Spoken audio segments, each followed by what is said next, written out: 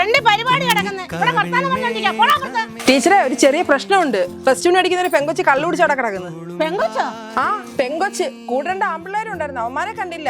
ഓഫീസിൽ ഇരുത്തിയിട്ടുണ്ട് പെണ്ണിനെ. കാര്യം എന്തോ നാളെ തിരക്കാം. ടീച്ചർ ഒരു കാര്യം ചെയ്യും. അരുൺ സാറിനെ വിളിച്ച് കൊച്ചിനെ അങ്ങ് വീട്ടിൽ കൊണ്ടാക്കുക. വീട്ടിൽ എത്ര സീനായില്ലേ? അവിടെ എന്തായാലും ഞങ്ങളെ പേര് പറഞ്ഞില്ലല്ലേ? ഇവിടെയും പറയല്ലേ? നിനക്കത് എവിടുന്നാ കിട്ടിയേ? അത് പിന്നെ ആര് തന്നെന്ന്? അത് അപ്പുറത്തെ പ്രസ്സില് വിഷ്ണുചേട്ടൻ തന്നതാ. ഇനി മേലെ ഇത് ആവർത്തിക്കരുത്. എക്സാം ആയോണ്ട് വെറുതെ വിട്ടേക്കുന്നു. വെക്ക അവിടുന്ന്.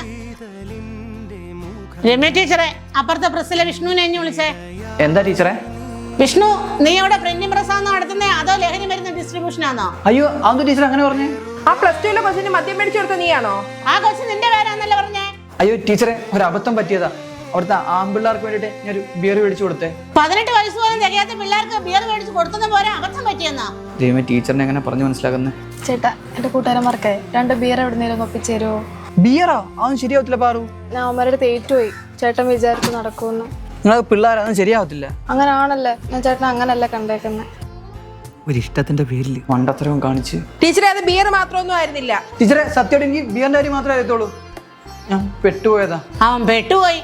ഞങ്ങളിപ്പം കൊണ്ട് ചെന്ന് കേസ് കൊടുത്താലേ സ്ഥാപനം കൂട്ടി നീ വീട്ടിലിരിക്കും. ഒന്നാമത് ഇപ്പോഴത്തെ പിള്ളേർ ഒരു വക പറഞ്ഞാൽ കേൾക്കത്തില്ല. ഇവിടുത്തെ ആമ്പിള്ളേരല്ലേ ടീച്ചറെ, അവന്മാർ എന്തെങ്കിലും പണി ചെയ്യാൻ ശ്രമിച്ചു കാണും. വിഷ്ണു, നിന്നെ എനിക്ക് പണ്ട് തൊട്ടേ അറിയാവുന്നതുകൊണ്ട് ഇപ്പം വെറുതെ വിട്ടേക്കുന്നു. ഇനി എന്തെങ്കിലും ഒരു ചെറിയ പ്രശ്നം നിന്റെ പേരിലുണ്ടായ അപ്പം ഞാൻ കാണിച്ചു തരാം.